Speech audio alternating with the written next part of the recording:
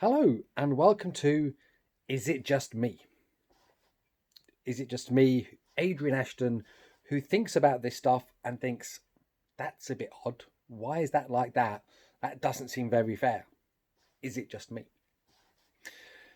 And on this session of Is It Just Me, I want to think about, is it just me that says the government doesn't seem to understand how we can support our well-being as sole traders, as the self-employed?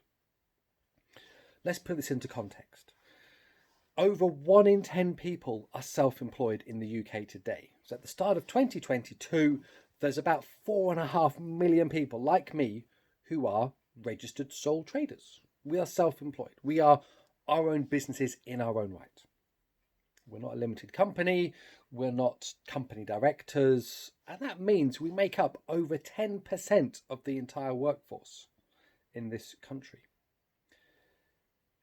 And what we're also hearing a lot about over the last few months is the need to take better care of ourselves as employees, as people. We should be investing more in our own well-being. Let's introduce the 4-day working week. As freelancers, which I'm also sometimes identifying as, we need to do more to protect our mental health. We need to think about what it is we're doing to keep ourselves healthy and sane. And government encourages this as well. What can we do to introduce better, healthier habits in our lives so that we don't end up getting ill or sick if we could avoid it? Because we eat better, we exercise more, and so on. But there's a bit of a perverse rule in this. If you're self-employed versus a salaried employee, particularly with regards to our health and well-being. So, quick story for you. Last weekend, I went to the gym with my wife.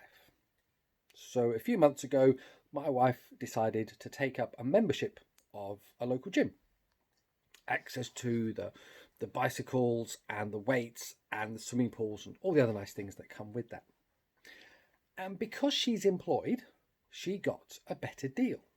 She got essentially a saving. It was cheaper for her to become a member of this gym and spa because she was an employee than if she went in as a regular member of Joe Public, like me. And that's because the government is trying to encourage us to live healthier lives. If you are employed, your employer can pay for a gym membership for you and claim it as a tax-deductible cost. Essentially, the gym membership, they get a saving on it. If I employ you and I want you to be healthy, and so I pay for you to have a gym membership to use, I get rewarded for that. It doesn't cost me as much money. Okay, I get a saving in my business costs. However, if as a sole trader, I want to think about investing in my health, my well-being as a freelancer, I can't get that. I go to the same gym and say, I'd like a discounted membership as well, please, because it's part of my business cost. I am my own business and I want to invest in looking after myself, in keeping myself healthier and my mental health as well, because we know that exercise is good for us. It doesn't happen. I am victimized because I am not a big incorporated company. Over 10% of us in the workforce today are similarly left out, not being able to access those health benefits that our employed counterparts can, because the government rules seem to say if you've chosen to be a sole trader for whatever reason, you're screwed. The legislation, the rules, the tax system is stacked against you. And this is one of the ways that it's stacked against us. It's harder for us to protect and invest in our well-being and our health through taking a gym membership. It's more expensive. We have to pay for it after tax. If we were employed, our employer could do it at a discount before tax and claim benefits on that. So as freelancers, well, I'm kind of left with the question of, is it just me? And what else is it that's out there that's causing us as sole traders, as freelancers, to struggle to manage our well-being and our health in ways that our employed counterparts don't have to worry about or think about? And what can we do to mitigate that? How can we start to level the playing field a bit more?